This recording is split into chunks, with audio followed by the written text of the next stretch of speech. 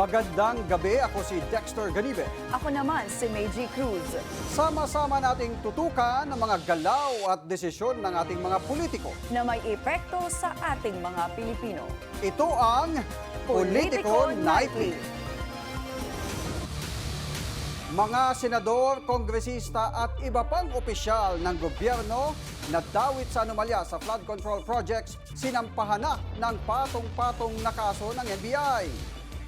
Bukod kina Senador Ping Lacson at Rodante Marcoleta, Senator Jingo Estrada at Kiko Pangilinan nagkasagutan din sa sesyon. Sa Politico on the Spot, ang humamon sa mga House Speaker na magbitiw sa pwesto na si Dasmariñas, Cavite Representative Kiko Barzaga, makakakwentuhan natin live. At sa ating Politiho, isa na namang government official may secret lover.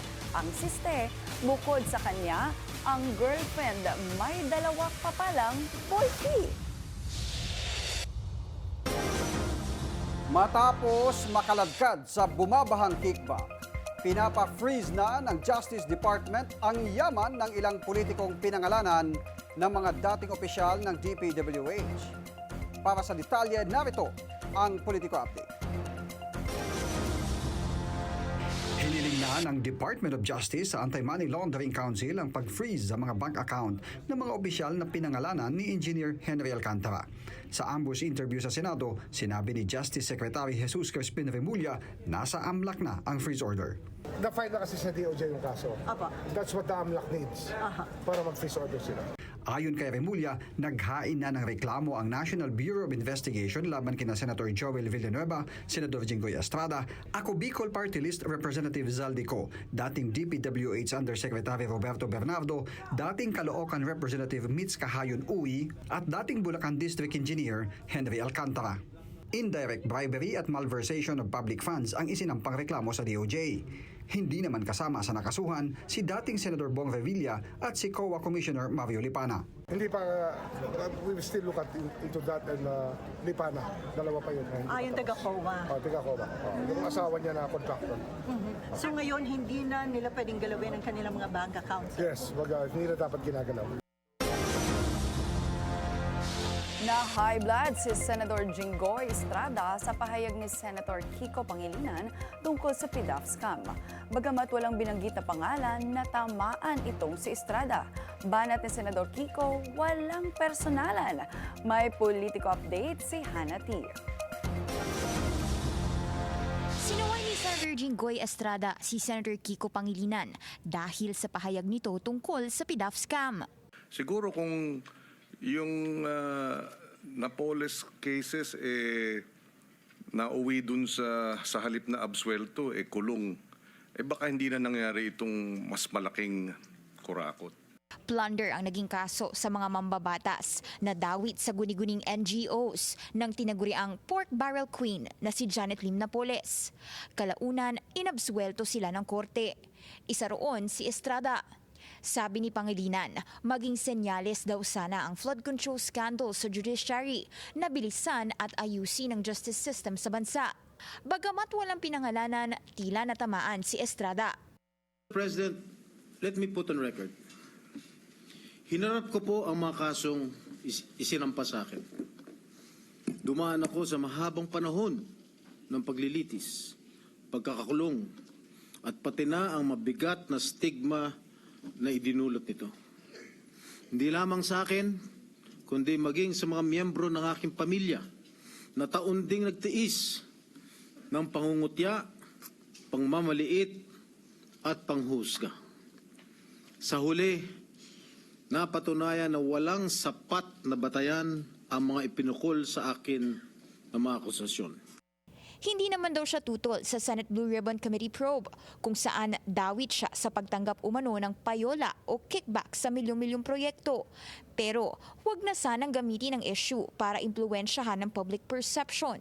Sa dalawang kaso niya kasi sa Sandigan Bayan, sa isa pa lamang siya absuelto. Sagot ni Pangilinan, walang personalan. Pero hindi nagpatalo si Estrada. Dapat daw ay mas naiintindihan ni Pangilinan ang kanyang kaso dahil abogado ito. Kalaunan, sinuspinde ang sesyon para makapag-usap ang dalawa.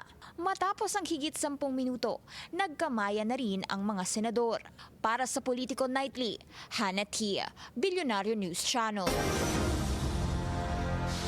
Tuloy-tuloy ang mainit na pagdinig ng Senate Blue Ribbon Committee sa mga anomalya sa flood control projects ng DPWH.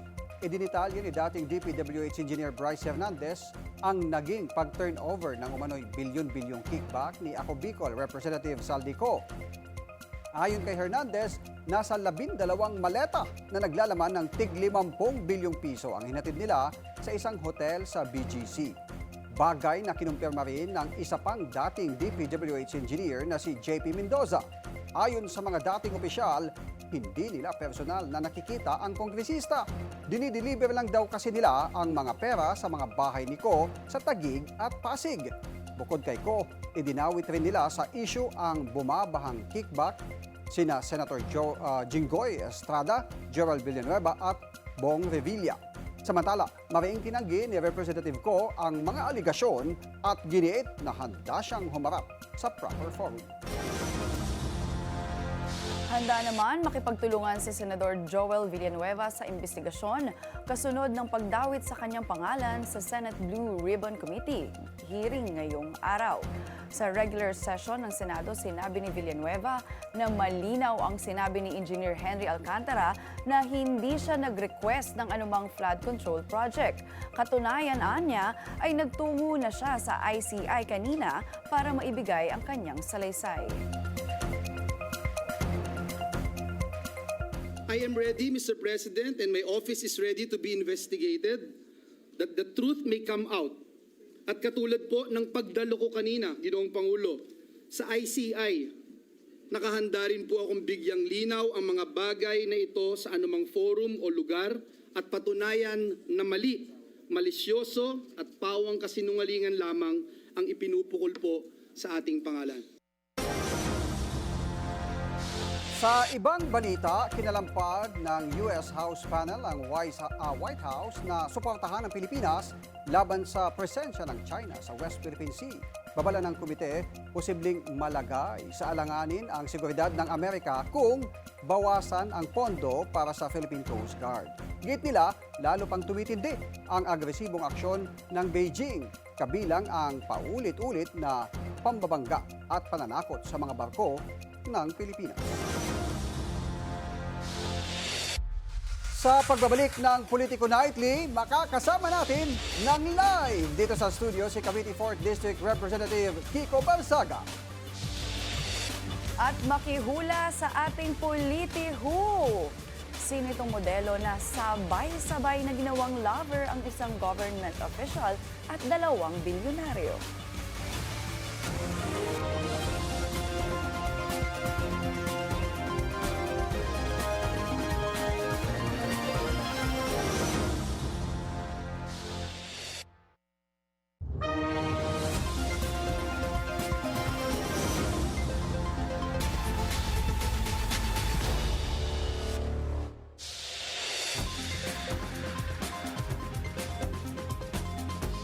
Congress Meow ang bansag sa kanya ng netizen. Hindi lang dahil sa pagiging cat lover, kundi dahil sa pagmamyaw-meow sa gitna ng Congress session. Si 4th District Representative Kiko Barzaga ay ilang beses ding nagtrending dahil sa mga banatan niyang walang filter. Kuwela, pero malaman. Pinasok niya ang politika sa edad na 20 years old. Aminadong dropout sa eskwela pero may ibubuga naman daw siya, lalo na pagdating sa good governance. At ngayong gabi, makakasama natin ng live si Cavite 4th District Representative Kiko Barzaga. Welcome po, Kong Kiko Barzaga. Magandang gabi, Kong. Ako na ba? Yes, ikaw na. Welcome dito sa Politico Nightly. Hello, good evening. Nice to meet you. Unang tanong, Kong, hinamon mo sina Congressman Romualdez na magbitiw at lately si Boji D. Speaker Boji D. Oo. Kung ikaw ay mabibigyan ng pagkakataon na maupo doon sa bilang House Speaker, ano yung una mong gagawin? Ang una kong gagawin ay papaimbestigahan ko si Speaker Romualdez and hindi lang siya, pati yung mga deputy speakers niya on any possible connections to the flood control anomalies. Anong particular doon dito sa flood control kasi 'di ba nababanggit siya. Pero hindi pa na lumalabas yung direct connect niya doon sa mga sinasabing anomalya.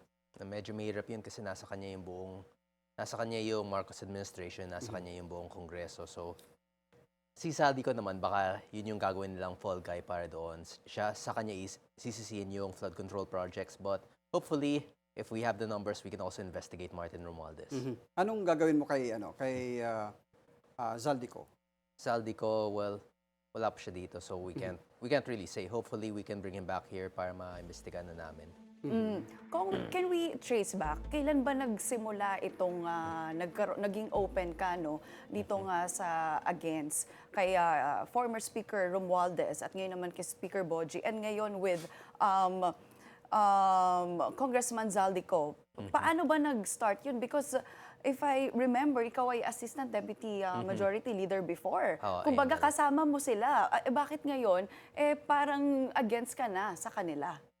Well, it all started, as I have said in the first interview, yung sa House Media Press, nagkaroon ng parang infighting sa loob ng partido ko, tapos umalis na ako sa NUP. And from then on, I thought that since I'm no longer part of the party, I should no longer be complicit to all the problems going on within Congress. So you Kaya, speak oh, about the problems. after that, now I had the freedom to speak about the problems since I no longer have to follow the party's regulations. Speaking of NUP, meron ka rin pong kinakaharap na Yes. ethics complaint. Ano na pong update doon sa mga complaints? Because I heard na nag-file na din po kayo ng counter complaint. Kwentuhan niyo naman kami kung... Well, actually, ang nangyari doon is, nung nag-file kami ng counter-complaint, nakakausap ko yung chairman ng Ethics Committee. And si Chairman Puno pala, wala pa siyang na-file na ethics complaint. So, mas nauna pa yung counter-complaint ko kaysa sa ethics complaint niya. Siguro nag-uusap pa sila ng legal team niya. Sa akin naman yung legal team ko, I try to have my cases ready within 24 hours.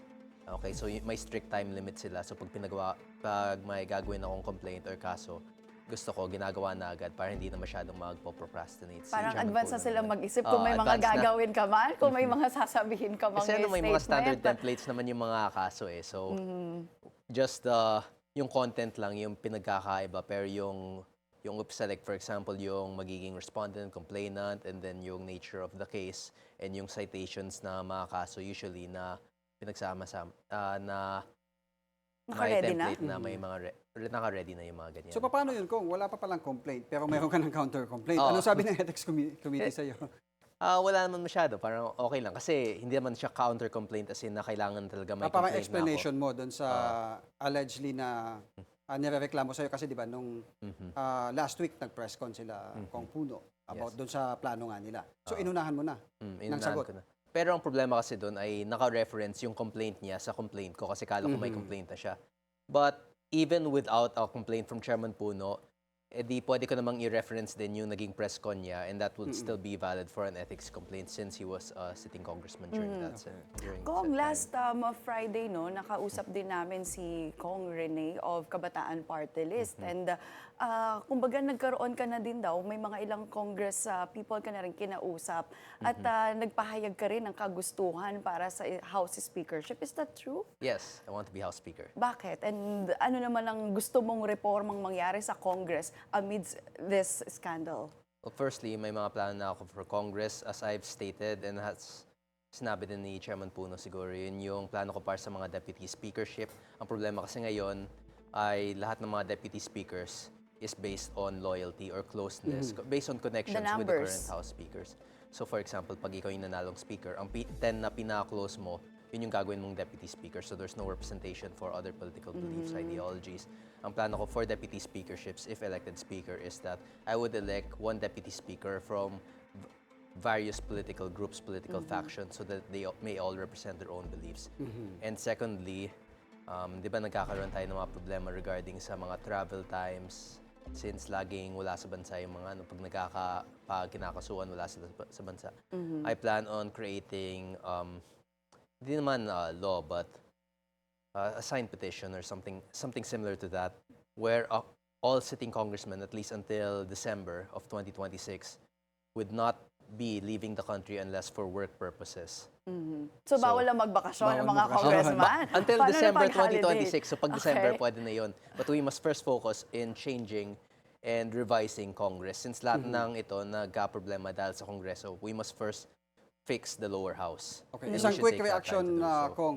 Kanina doon sa Senate Blue Ribbon Committee, may mga dinawit at may sinabi na ang DOJ na naka-freeze na yung kanilang mga bank accounts at kabilang dito si Congressman Ko, si dating Congresswoman Mitch Kahayon Oy at ilang senador. Anong reaction mo doon sa kinalabasan itong investigasyon ng Senado doon sa flood control na yung Well, that's good. Pero hindi lang naman si Zaldico yung may kinalaman dun sa flood control. Kung si Zaldico lang ang iimbestigahan at kung account lang niya yung i-freeze, then everyone else would have gotten away with it. So this is a good start. But as long as it's only a start, this must only be the start. Hindi naman pwedeng matapos na to kay Zaldico. There's so many more people who are involved that must be investigated. Kong, I wanna know your reaction also, no? Kasi I understand you're 27 years old. You Yes. belong to a Gen Z generation. Thus, you're using the meow meow Meow. and other modern Hindi, slang, no? kahit matanda na ako, magmamiyaw-miyaw pa rin ako. Abangan namin yan pag matanda ka na, no? Pero, ang question kasi ngayon, and also one of the complaints ng ethics, yung overall demeanor daw as a congressman, natatarnish yung overall the House as the institution. So, what can you say about that? I mean, paano natatarnish yun dahil nagmamiyaw-miyaw ako? Nagka-issue na dahil nagmamiyaw-miyaw ako, pero yung mga billion-billion na, yung mga daan-daang billion na ninanakaw, that's fine? That's the very,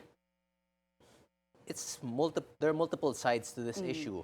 Because yung meow-meow, it's very apparent, but at the same time, it's also harmless. Yung hundreds of billions of theft and the protection of congressmen involved in that hundreds of billions of theft, that is something that is not apparent, but it's also something that's very damaging, and that's more dangerous to our ethics overall as a whole.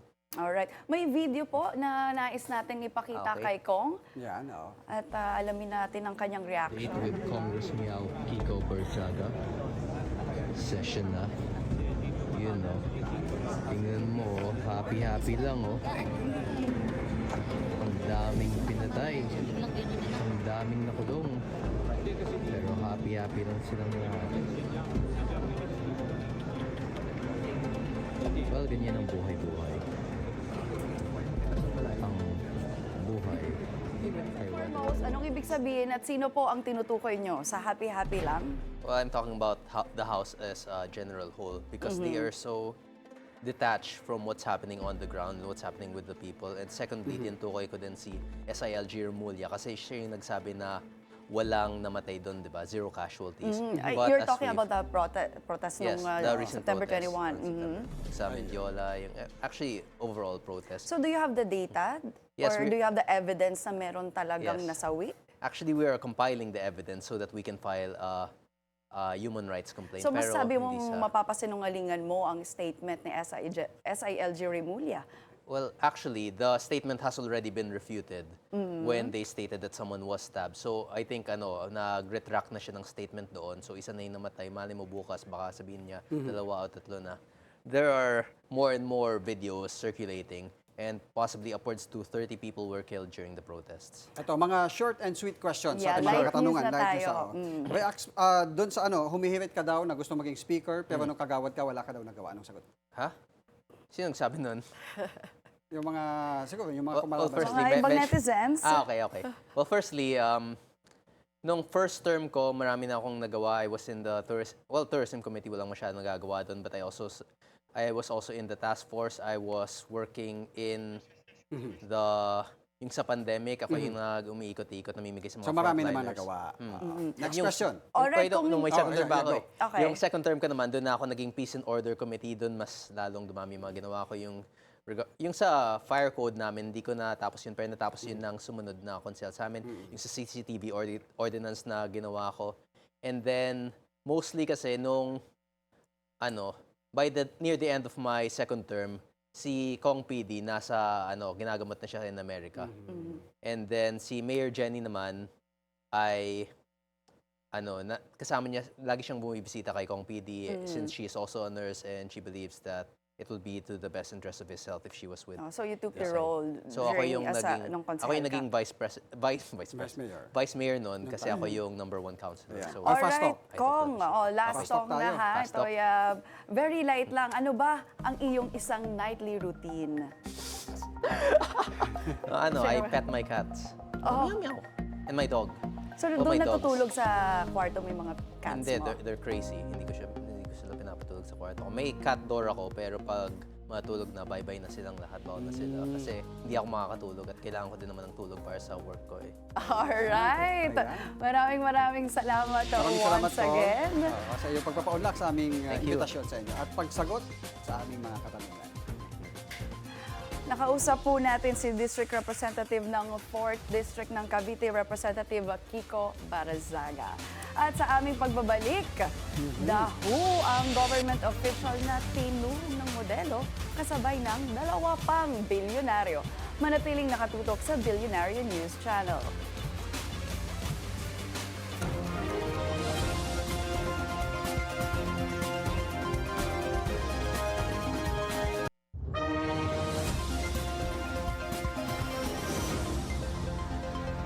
Politihot time na!